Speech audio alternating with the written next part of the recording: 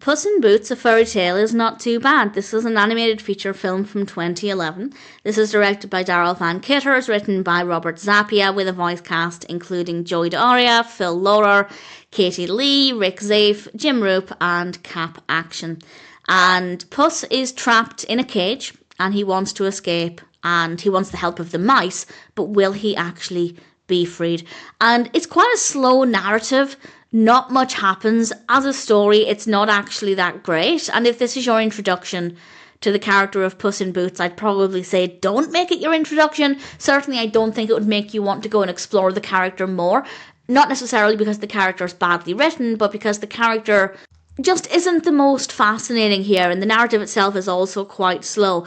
But the reason I said it's not too bad is because the animation is quite nice. It's quite an easy watch. And in that way, it's kind of a pleasant, gentle experience. It could be ideal for background company, or if you're just wanting something that really doesn't take that much concentration. The animation style is really nice. The soft backdrops look great. The sharper character designs, slightly sharper character designs in the foreground look quite good. There's a mix of bright colours and really fun character designs.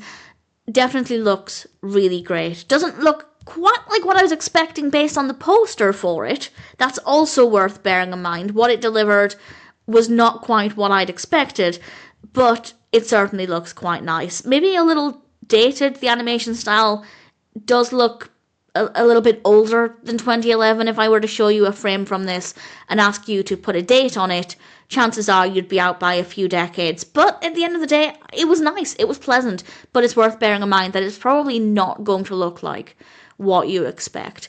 The voice acting was very good. I thought the voices suited the characters really well, and the character of Puss, I felt, did feel quite believable with other versions of Puss in Boots that I've seen, but again, I didn't think the character was that interesting in this particular film. So, as a story, kind of bland, doesn't have that much to offer, is very slow. I think we could have wrapped things up in about a quarter of the time, but the animation is nice. It's a very gentle, pleasant experience, and if you're curious, I'd say Puss in Boots: A Fairy Tale might be one that's worth checking out.